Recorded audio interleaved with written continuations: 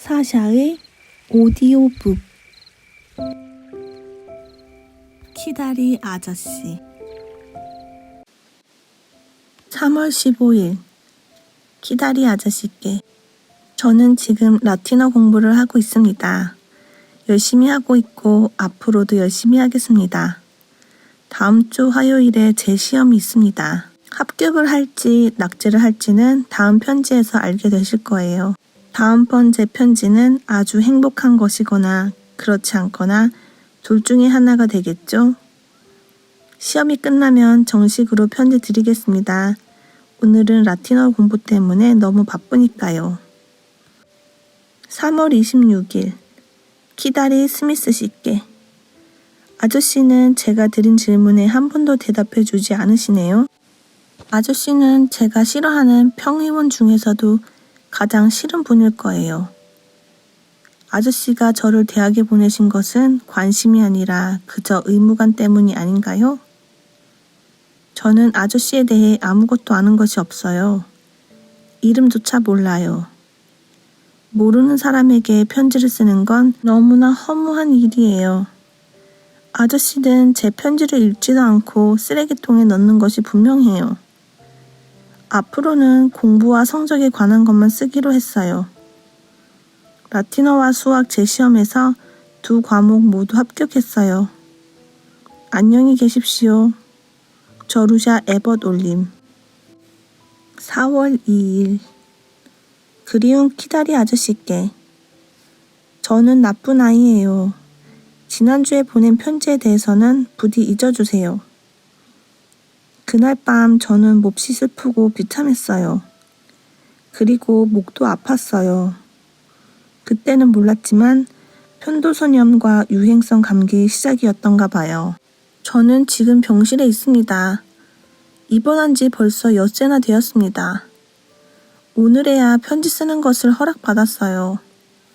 간호사는 잔소리가 심하답니다. 그동안 저는 쭉 아저씨께 편지 보낼 생각만 하고 있었어요. 만약 아저씨께서 용서해 주시지 않으면 제 병은 낫지 않을 거예요. 제 모습을 그려서 보냅니다. 붕대를 감아 머리 위에서 토끼귀처럼 묶고 있어요. 이 모습을 보면 저를 가엾게 여기실 거예요. 혀 밑샘이 부었대요. 1년 동안 생리학 공부를 했지만 혀 밑샘이라는 말은 처음 들었어요. 공부란 헛된 것일지도 모르겠어요. 더 이상 쓸 수가 없습니다. 너무 오래 일어나 있으면 어지럽거든요. 아저씨, 아무쪼록 건방지고 은혜를 모르는 저를 용서해 주세요. 제가 자라온 환경이 저를 그렇게 키웠나 봐요. 사랑을 보내며 주디 올림. 4월 4일. 병원에서. 제가 가장 사랑하는 키다리 아저씨께. 어제 저녁 어두워질 무렵이었어요. 침대에서 비 오는 것을 보면서 따분해하고 있었는데 간호사가 제게 하얀 상자를 건네주었어요. 그 안에는 아주 예쁜 장미꽃이 가득 들어 있었죠. 더욱 기뻤던 것은 아저씨의 친절한 카드였어요. 글씨는 아주 독특했지요. 아저씨, 정말 고맙습니다. 이 세상에 태어나 다른 사람에게서 정성이 깃든 선물을 받아본 건 처음이에요. 저는 너무 기뻐서 침대에 엎드려 울음을 터뜨리고 말았어요. 이제 아저씨가 제 편지를 읽어주신다는 것을 알게 되었으니까 앞으로는 아저씨가 빨간 리본으로 묶어 금고에 간직해 두고 싶을 정도로 멋진 편지를 쓰겠어요. 하지만 지난번 그 편지만은 없애주세요. 아저씨가 그 편지를 다시 읽으시는 건 생각만 해도 끔찍해요. 병 때문에 기분이 우울해졌던 1학년 여학생을 위로해 주셔서 고맙습니다. 아저씨는 가족들의 사랑 속에서 사시는 게 분명해요. 안녕히. 그리고 앞으로는 결코 그런 형편없는 편지는 드리지 않겠습니다. 왜냐하면 아저씨가 진짜 이 세상에 사는 사람인 걸 알았으니까요. 그리고 아저씨는 아직도 여자아이를 싫어하시나요? 따위의 쓸데없는 질문도 하지 않겠어요. 영원한 아저씨의 주디. 월요일 8째 시간. 키다리 아저씨, 두꺼비 소동을 기억하세요? 설마 그 두꺼비를 깔고 앉은 평의원님이 아저씨는 아니셨겠죠? 두꺼비가 빵 하고 터졌다고 하니 분명히 뚱뚱한 분이셨을 거예요. 존 그리어 고아원에는 봄이 되면 세탁실 근처의 구멍에서 두꺼비가 나오곤 해요. 우리는 두꺼비를 잡아서 장난을 하다가 혼이 나곤 했지요. 아무리 호되게 야단을 맞아도 두꺼비 잡이 놀이는 해마다 반복되곤 했어요. 그런데 그날 어떻게 된 일인지 아이들이 잡은 살이 찐 두꺼비가 응접실 가죽 의자 속으로 들어간 모양이에요. 그래서 평의원님들 회의 시간에 아저씨도 그 다음에 어떻게 되었는지 아시죠? 그때 우리가 벌은 받은 건 그럴만했지만 지금 생각해도 너무 심했어요. 그런데 왜 지금 그 생각이 날까요? 아마 지금쯤이 두꺼비가 나올 무렵이라서 그런가 봐요. 여기서는 왜 두꺼비 잡이 놀이를 안 하는지 아세요? 그건 존 그리어 고아원에서처럼 두꺼비 잡는 것을 금지하는 규칙이 없기 때문이죠. 목요일. 교회에서 돌아와서. 아저씨, 제가 지금 무슨 책을 읽고 있는지 아세요? 저는 사흘에 한 권씩 책을 읽는답니다. 지금은 폭풍의 언덕을 읽고 있습니다. 에밀리 브론테의 젊었을 때 작품이지요. 에밀리 브론테는 하스묘지 근처에서만 살았다고 합니다. 그때까지 남자와 사귀어 본 적도 없었대요. 그런데 히스클리프 같은 남자를 어떻게 그려낼 수 있었을까요? 저는 못할 것 같아요. 저도 아직 어리고 존 그리어 고아원 밖으로는 한 번도 나가본 적이 없지만 말이에요. 저는 때때로 제가 천재가 아니라는 것 때문에 불안해지곤 해요. 제가 유명한 작가가 못 되면 아저씨께서 실망하실 테니까요. 요즘은 들과 산이 아름답습니다. 새싹과 꽃들을 보면 공부를 하다가도 밖으로 뛰어나가고 싶어집니다. 벌판으로 달려나가면 멋지고 신나는 일투성이랍니다. 책을 쓰는 일보다는 책에 쓰인 대로 행동해 보는 게 더 재미있는 일 같아요. 깍! 내 비명소리를 듣고 옆방 친구들이 달려왔어요. 편지를 쓰고 있는데 천장에서 지네가 툭 떨어졌지 뭐예요? 놀라서 뛰는 바람에 찻잔을 2개나 떨어뜨렸어요. 머리빗으로 힘껏 내리쳤는데 반은 죽고 나머지 반은 화장대 밑으로 도망쳤어요. 발이 쉰개쯤 되는 끔찍한 지네였어요. 기숙사 건물이 너무 낡고 벽이 담쟁이 덩굴에 쌓여 있기 때문이지요. 차라리 침대 밑에서 호랑이가 나오는 게 더 나을 것 같아요. 금요일 오후 9시 30분. 아저씨, 저는 한심한 일만 되풀이하고 있습니다. 아침에 종소리를 듣지 못해서 늦게 일어나는 바람에 허둥지둥 옷을 입느라 단추도 떨어뜨리고 구두끈도 끊어졌어요. 아침 식사 시간에도 늦었습니다.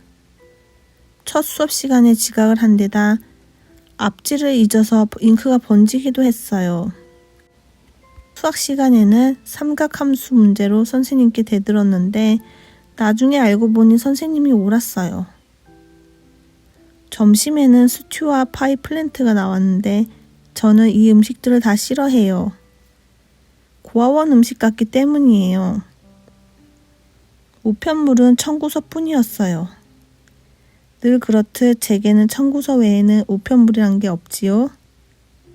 편지를 보내줄 가족이 없으니까요. 그뿐이 아니었어요.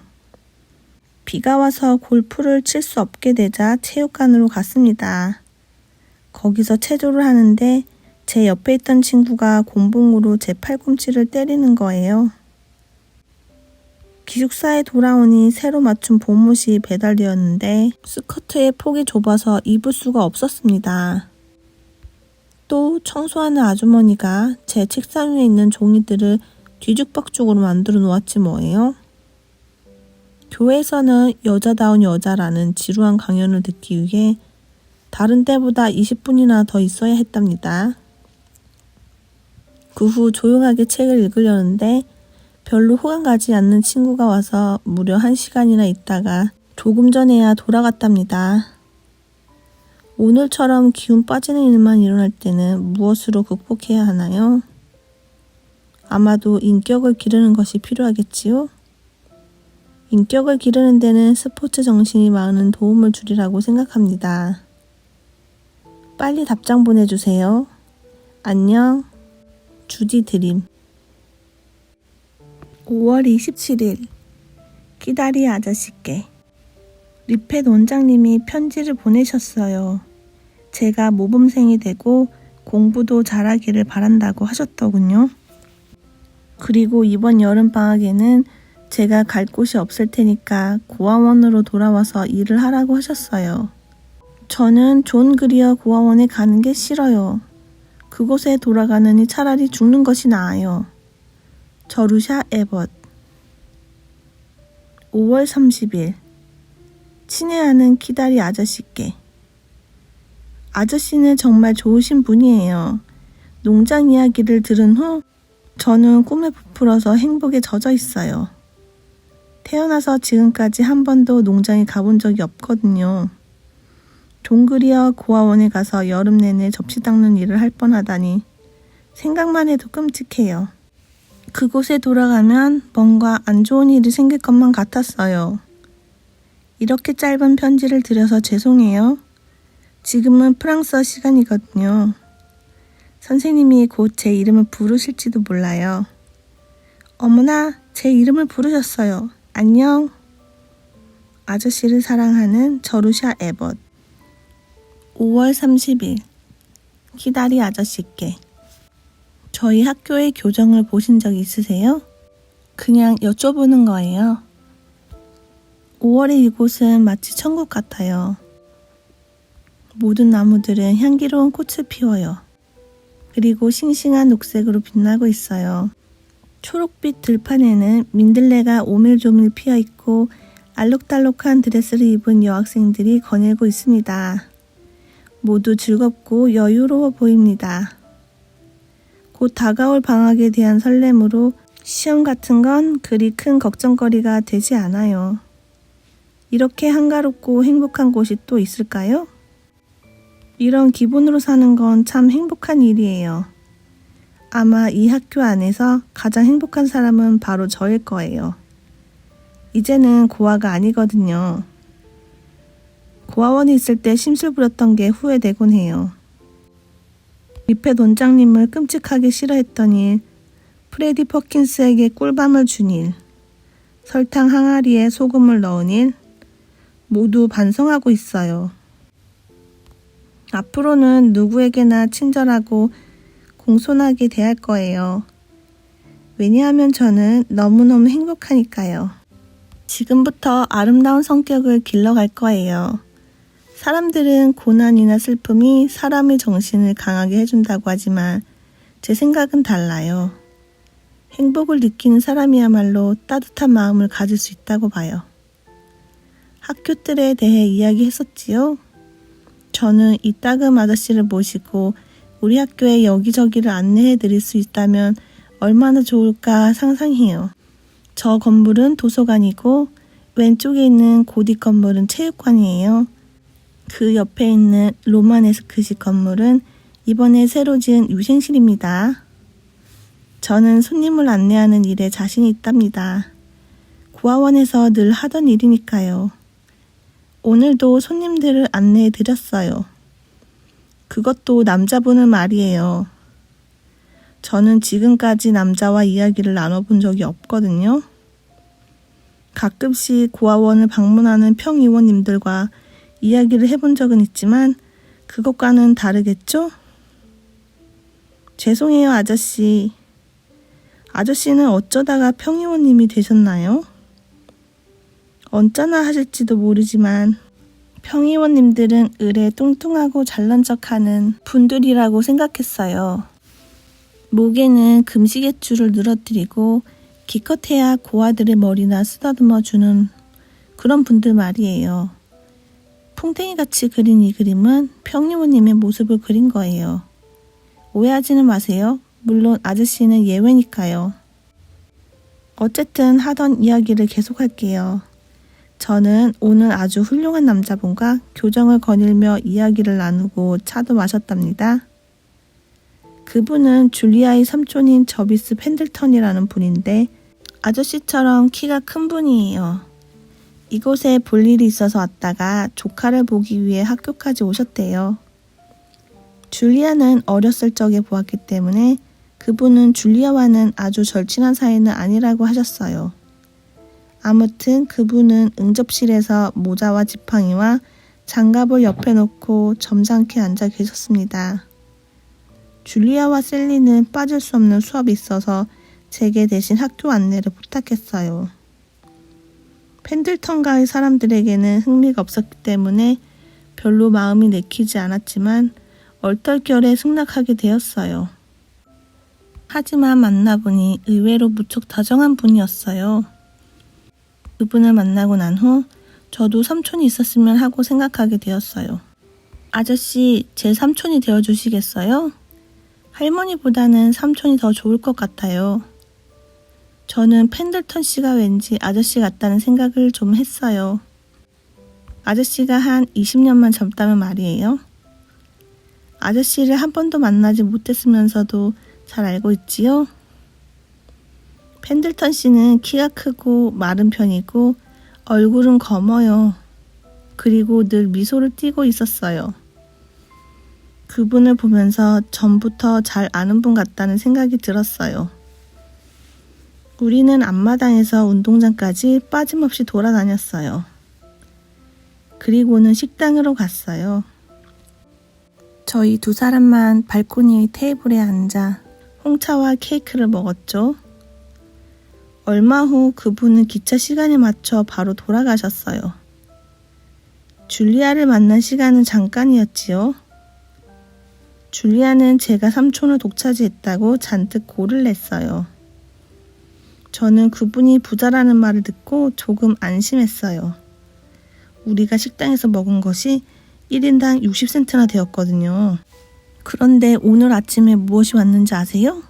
저비스 씨로부터 초콜릿 3상자가 줄리아와 셀리 그리고 제 앞으로 배달된 거예요. 제가 남자에게서 초콜릿 선물을 받으리라고는 생각도 못했어요. 저는 고아가 아니고 보통 여자아이가 된 것 같은 기분이 들었어요.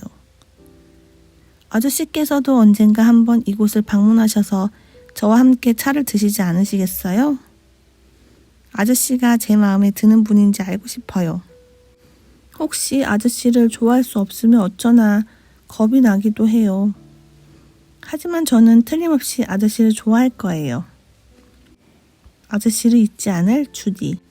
추신. 오늘 아침에 거울을 보다가 전에 없었던 새 보조개를 발견했어요. 어디서 왔다고 생각하세요? 6월 9일. 키다리 아저씨, 저는 너무너무 기뻐요. 지금 막 시험이 끝났거든요. 그리고 3개월 동안의 농장 생활이 시작되는 날이기도 하고요. 저는 농장이 어떤 곳인지 전혀 상상할 수 없어요.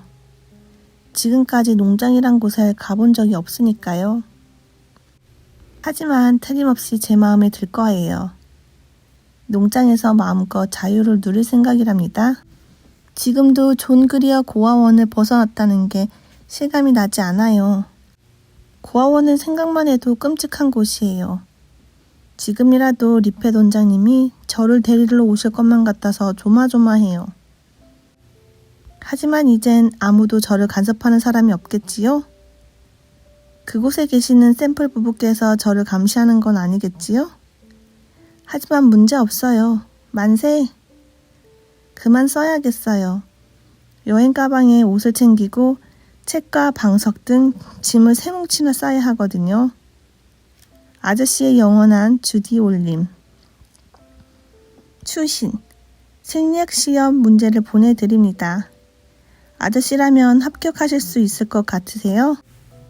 토요일 밤 록윌로 농장에서 제가 가장 사랑하는 키다리 아저씨께. 농장은 무척 아름답습니다. 지금 막 농장에 도착해서 짐도 아직 풀지 않았어요.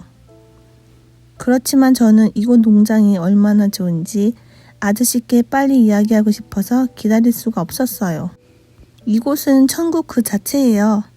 집은 사각형이고 오래되었는데 지은 지 100년 정도 되었대요. 베란다도 있고 앞에는 귀여운 현관이 있어요. 제가 그린 그림으로는 그 멋진 풍경을 다 담을 수 없어서 안타까울 정도랍니다. 코네티컷주는 굽이치는 물결 모양을 하고 있는데 록윌로 농장은 그 물결의 꼭대기에 자리 잡고 있답니다. 이곳에 살고 있는 사람은 샘플씨 부부와 시중을 드는 여자, 그리고 2명의 남자 고용인이에요. 고용인들은 주방에서 식사를 합니다. 주디는 샘플씨 부부와 식당에서 먹습니다. 저녁 식사를 하면서 많은 이야기를 했어요. 지금까지 제가 이토록 재미있는 아이로 취급받은 적이 없었어요. 시골 생활을 한 번도 해본 적이 없는 제가 묻는 말이 모두 다 우스운 모양이에요. X 표시를 한 곳이 제가 묵는 방이에요. 방은 아주 커요. 방 안에는 사각형의 커다란 테이블이 있답니다. 올 여름에는 이 테이블에 팔꿈치를 대고 소설을 쓰며 보낼 작정이에요. 아, 아저씨, 저는 너무나 흥분되어서 날이 셀 때까지 기다릴 수 없을 정도예요. 빨리 주변을 쏘다니고 싶답니다. 제게 이렇게 유쾌한 일이 일어나다니 믿어지지 않는답니다. 그 은혜를 갚을 길은 제가 아주 착한 사람이 되는 것이겠지요? 꼭 그렇게 되겠어요. 지켜봐 주세요. 아저씨 정말 감사합니다. 안녕히 주무세요. 추신. 개구리 울음과 돼지들의 꿀꿀거리는 소리를 들려드리고 싶어요.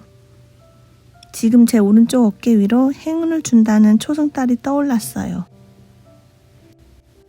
7월 12일 록윌로 농장에서 키다리 아저씨께. 아저씨 비서는 어떻게 록윌로 농장을 알게 되었을까요? 글쎄, 언젠가 편지에 써보낸 저비스 펜들턴 씨 아시죠? 이 농장이 원래 펜들턴 씨의 것이었는데 그분의 유모였던 샘플 부인에게 선물한 것이래요. 어떻게 이런 묘한 일이 일어날 수 있는 걸까요? 샘플 부인, 즉 리즈 아주머니는 지금도 펜들턴 씨를 저비도련님이라고 부르며 얼마나 귀여운 소년이었는지를 이야기하곤 해요. 그리고 아직도 펜들턴 씨의 어렸을 적 붉은색 머리카락을 상자에 넣어 소중히 간직하고 계세요. 제가 펜들턴 씨를 안다고 하자 제게 더 친절해지셨어요. 이곳에선 펜들턴 집안을 아는 게 큰 배경이에요. 그 중에서도 저비도련님이 제일이지요. 농장 생활은 점점 더 즐거워져요. 어제는 건초를 가득 실은 마차를 타보았어요. 이곳에는 큰 돼지가 3마리, 새끼 돼지가 9마리, 그 외에도 병아리, 오리, 칠면조 등 수없이 많은 동물들이 있어요. 제가 맡은 일은 달걀을 모으는 일이에요. 어제는 검은 안탁이 있는 우리에 올라가려다 뻑간 다리에서 떨어지는 바람에 무릎을 다쳤어요. 절뚝거리며 집으로 들어갔더니 리즈 아주머니가 약을 바르고 붕대를 감아주시며 어쩌면 저비도련님도 거기서 떨어져서 무릎을 다치신 게 바로 어제 같은데 라고 말씀하셨어요. 이곳의 경치는 참 아름답습니다. 골짜기가 있고 강이 흐르고 사방에 큰 나무가 무성한 언덕이 있어요. 그리고 그 너머에 푸른 빛이 도는 높은 산도 있습니다. 여기서 일주일에 2번은 크림으로 버터를 만들어요. 버터는 돌로 만든 냉장 창고에 넣어두는데 그 밑으로 차가운 시냇물이 흐르고 있어요.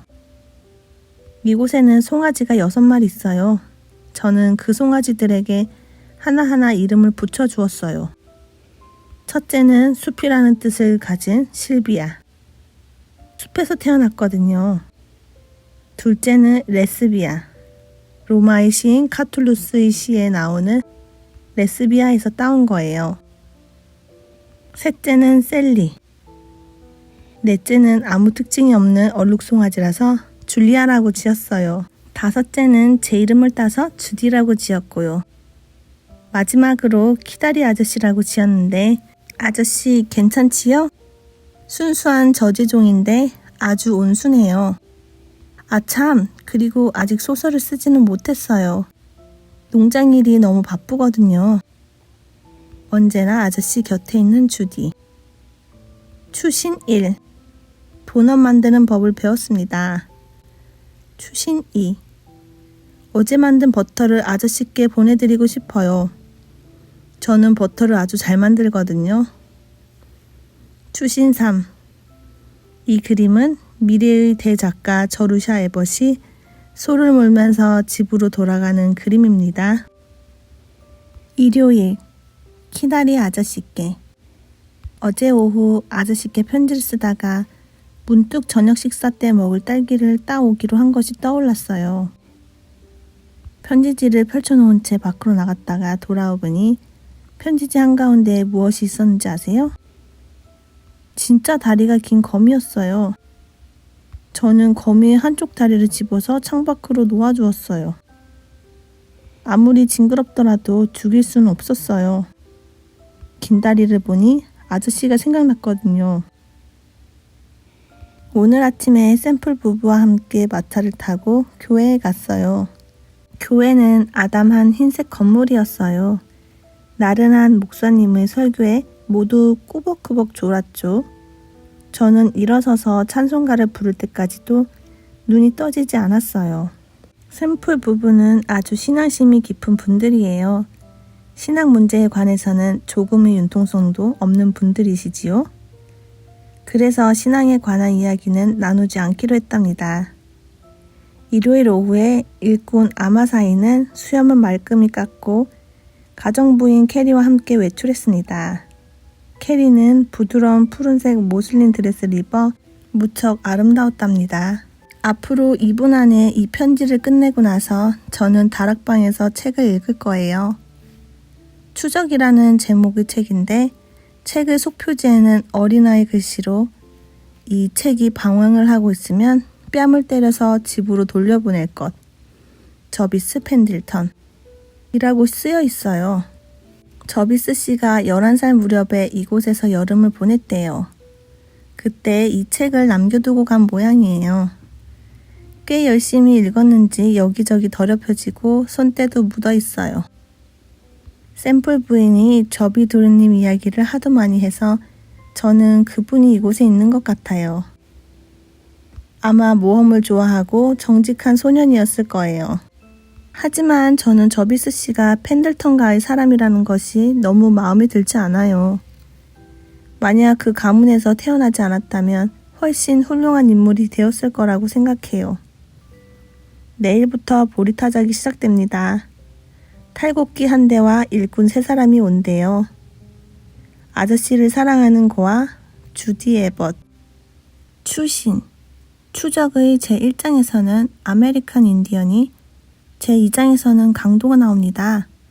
너무 재밌어서 숨이 막힐 지경이에요. 제3장에서는 무엇이 나올까요? 9월 15일. 아저씨, 록윌로 농장은 정말 훌륭한 요양지인 것 같아요. 이곳에 있는 동안 제 몸무게가 4kg이나 늘었거든요. 어제 읍내에 있는 잡화점에서 밀가루 무게를 재는 저울로 몸무게를 재보았답니다. 9월 25일. 키다리 아저씨, 이제 저는 2학년이 되었어요. 지난주 금요일에 농장을 떠나 대학으로 돌아왔어요. 록윌로 농장을 떠나는 게 섭섭했지만 아름다운 교정을 다시 볼 수 있어서 좋았어요. 이제 편한 마음으로 세상을 살아갈 수 있을 것 같아요. 전에는 누군가의 동정을 받으며 사는구나 하는 생각이 들었는데 지금은 그런 생각도 사라졌어요. 평의원이신 아저씨가 고아원에서 살던 제 마음을 이해하실 수 있을까요? 그런데 아저씨, 제가 누구와 방을 쓰게 되었는지 아세요? 셀리 맥브라이드와 줄리아 펜들턴이에요. 우리들은 공부방 1개와 침실 3개를 사용하게 되었어요. 올 봄에 셀리와 저는 방을 같이 쓰기로 약속했습니다. 그런데 줄리아가 셀리와 절대로 떨어질 수 없다고 고집을 부려서 그렇게 되었어요. 셀리와 줄리아는 전혀 닮은 데가 없는데 도대체 왜 그러는지 이해할 수가 없어요. 아무튼 우리는 셋이 함께 살게 되었답니다. 얼마 전까지만 해도 고아원에서 살던 제가 귀하신 펜들턴가의 사람과 한 방을 쓰다니 놀라운 일이기도 해요. 셀리는 지금 반장 후보로 나섰어요.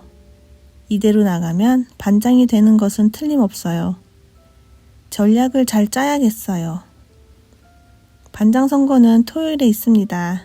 그날 밤에는 누가 반장이 되든 횃불을 들고 축하 행진을 할 생각입니다. 저는 화학을 신청했어요. 아주 색다른 공부라고 생각하거든요. 이런 공부는 아직까지 해본 적이 없어요. 분자와 원자에 관한 것인데 다음 주에는 좀 더 잘 알 수 있을 거예요. 이 밖에도 변론학과 논리학, 세계 역사, 셰익스피어 연극과 프랑스어도 신청했어요. 이렇게 앞으로 몇 년 더 공부하면 저도 꽤 똑똑한 사람이 되겠죠? 그럼 안녕히 주무세요. 저는 이제 마틴을 찾아가서 화학 과목과 반장 선거에 대해 이야기할 거예요. 정치운동의 열심인 주디 에벗. 10월 17일. 키다리 아저씨, 만일 수영장에 레몬 젤리가 가득 들어있다면 수영하는 사람의 몸이 떠 있을까요? 가라앉을까요? 우리는 식사 후에 레몬 젤리를 먹으며 30분이나 이런 이야기를 나눴답니다. 셀리는 뜰 수 있다고 하지만 저는 아무리 수영을 잘한다 해도 금방 가라앉을 거라고 주장했어요. 레몬 젤리 속으로 빠진다니 상상만 해도 재밌어요. 참, 제가 선거 결과에 대해서 아직 말씀드리지 않았죠? 하루하루 매우 바쁘게 지내다 보니 3주 전의 일은 아주 오래된 일처럼 느껴져요. 어쨌든 그 반장 선거에서 셀리가 당선되었어요. 그래서 우리는 횃불을 들고 만세를 부르며 악대와 함께 축하 행진을 했어요. 우리는 요즘 뜻하지 않게 유명인사가 되었답니다. 반장과 같은 방을 쓰기 때문이죠. 아저씨, 안녕히 주무세요. 깊은 존경심을 품고 있는 아저씨의 주디로부터.